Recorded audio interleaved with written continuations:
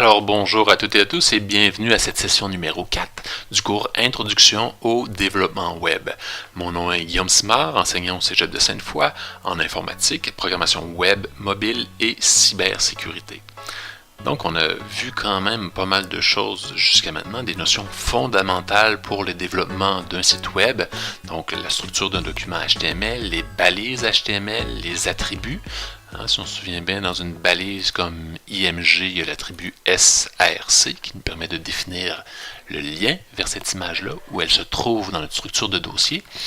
On a vu l'utilisation de IrfanView pour traiter des images, des sites web qui fournissent des images libres de droit, la création d'hyperliens, l'ajout de vidéos.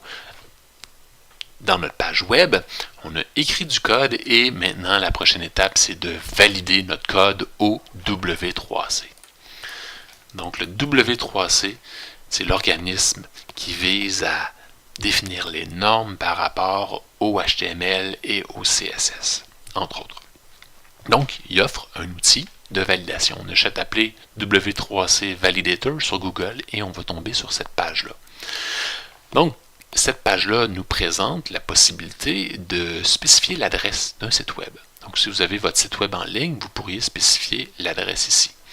On pourrait aussi téléverser un fichier qu'on aura créé, un fichier HTML par exemple, mais on peut aussi y aller par copie directe. Donc, on a juste à venir ici, sélectionner notre code HTML, faire un copier-coller, et dans les options, je vais sélectionner HTML5.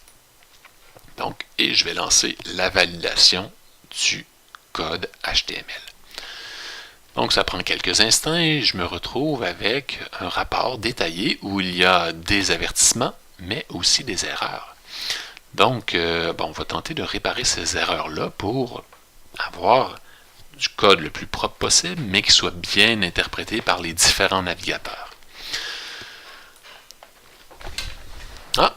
Regardez, ça commence par un petit commentaire disant que il a détecté une langue dans notre document.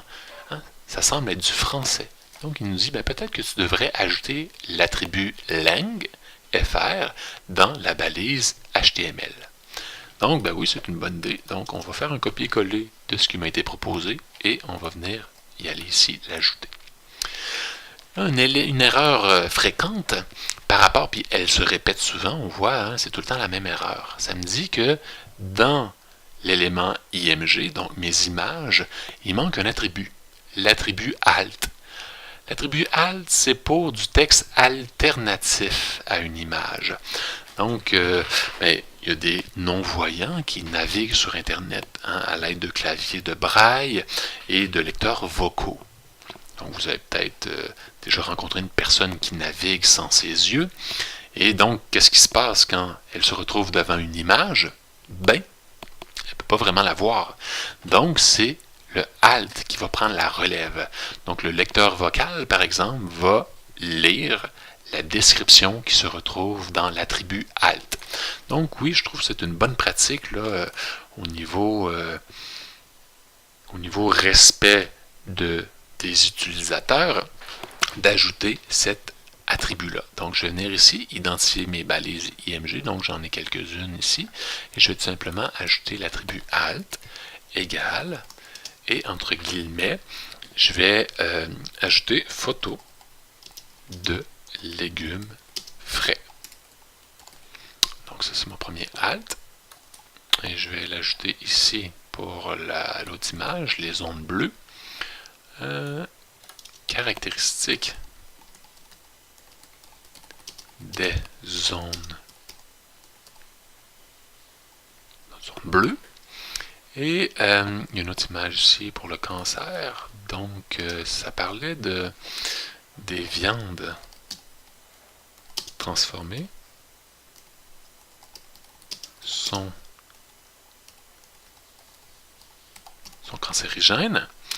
Et est-ce qu'il m'en reste une autre? Oui, ici. Consommation de bœuf et d'eau. Et ici, ça parlait des GES.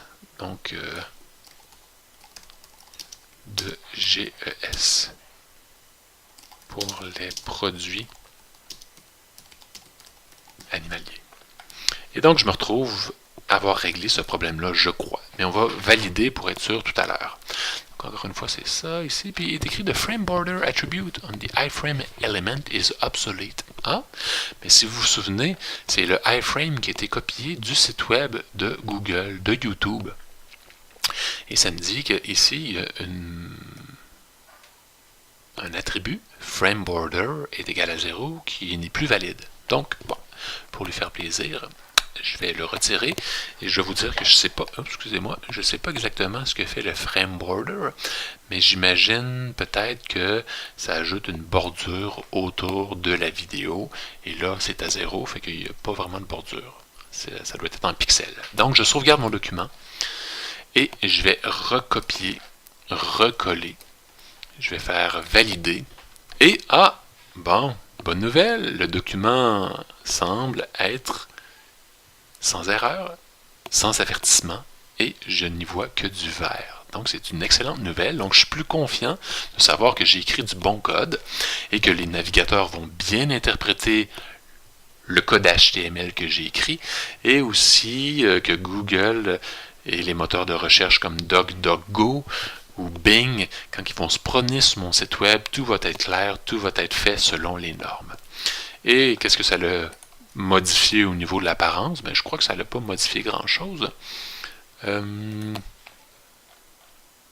Ici, ça n'a pas modifié grand-chose. Mes images sont toujours là. Le contenu est toujours là. Et je vais tout de même vérifier la vidéo, oui, parce que j'ai modifié une balise. On voit peut-être qu'il y a une petite bordure grise qui a été ajoutée, je ne suis pas certain. Mais tout semble bien fonctionner. Donc, c'est une excellente nouvelle. C'est une bonne pratique à avoir d'y aller avec la validation au niveau du W3C. Donc, n'hésitez pas à aller valider votre code. Et encore une fois, W3C Validator. On tape ça et on se retrouve directement sur le site web du validateur. Et j'ai choisi la méthode Direct Input où j'ai pu faire un copier-coller et bien évidemment sélectionner le type de document HTML. Donc, c'est le HTML5 qui nous intéresse. Donc, j'espère que cette courte capsule sur la validation vous a plu. Au retour à la prochaine séance, on va sûrement s'attaquer au CSS. Donc, au plaisir de vous retrouver pour cette prochaine session, la session numéro 5. Donc, n'oubliez pas entre-temps de prendre une petite pause, d'aller prendre l'air, sortir à l'extérieur. L'ordinateur, c'est un outil, c'est pas une prison. Donc, il faut l'utiliser de façon judicieuse. Et donc, allez prendre l'air à l'extérieur, prendre une petite marche avec vos amis et vous allez revenir la tête reposée. Et dernier conseil, vous connaissez peut-être la règle du 20-20-20 après 20 minutes. C'est tout ça. Après 20 minutes d'écran, on devrait au moins prendre une pause de 2 minutes et regarder au moins à 20 pieds. Je vais vous revenir avec la citation exacte, mais tout ça pour dire qu'il faut se libérer de l'écran de façon régulière durant la journée. They shut their gates at sunset. After that you can't get out. You can see the bigger picture, find out what it's all about. You're open to the skyline, you won't wanna go back home. In a garden full of angels, you won't ever be alone. But oh, the road is long, the stones that you are walking on have gone. With the moonlight to guide you, feel the joy of being alive. The day that you stop running is the day that you arrive. And the night that you got locked in was the time to decide. Stop chasing shadows, just enjoy the ride.